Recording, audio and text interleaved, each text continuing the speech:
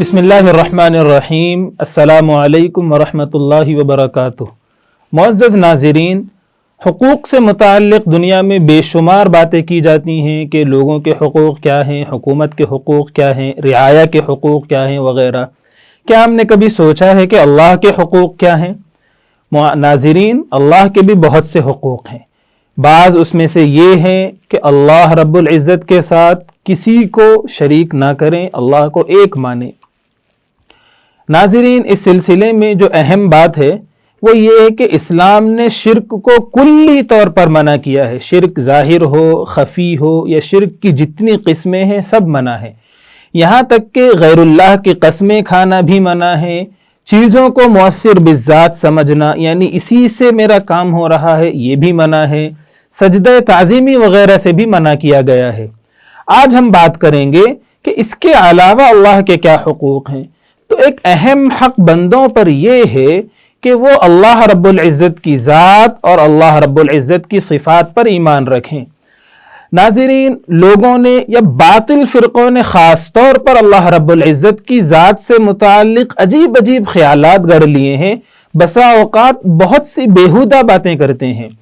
تو جو متشابہات ہیں یا جو متشابہات نہیں ہیں، اس سلسلے میں ہمیں یہ مان کے چلنا ہے کہ اللہ رب العزت اپنی ذات میں اور اپنی صفات میں ویسا ہی ہے جیسا اس نے بیان کیا ہے۔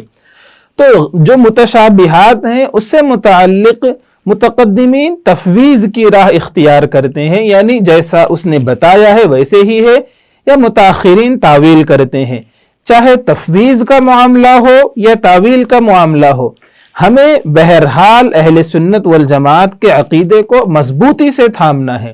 اس سلسلے میں ایک سورہ قرآن کریم میں ہے جس میں اللہ رب العزت نے خود اپنا تعارف فرمایا ہے، وہ ہے سورۃ الاخلاص۔ اللہ رب العزت فرماتے ہیں: اعوذ باللہ من الشیطان الرجیم، بسم اللہ الرحمن الرحیم، قل هو اللہ احد اللہ الصمد لم یلد ولم یولد ولم یکن لہ کفوا احد۔ اے نبی صلی اللہ علیہ وسلم، آپ فرما دیجئے کہ اللہ ایک ہے، وہ بے نیاز ہے، اسے کسی کی ضرورت نہیں ہے۔ ساری دنیا، ساری مخلوقات اس کے سامنے محتاج ہیں، اس کی نیاز مند ہیں، اور وہ کسی کا محتاج نہیں، وہ ہر ایک سے بے نیاز ہے۔ لم یلد ولم یولد، اس کی کوئی اولاد نہیں ہے، نہ وہ کسی کی اولاد ہے، یعنی وہ کسی کا باپ بھی نہیں ہے۔ ولم یکن لہ کفوا احد، اور کوئی اس کا ہمسر، کوئی اس کا برابر اور کوئی اس کا شریک نہیں ہے۔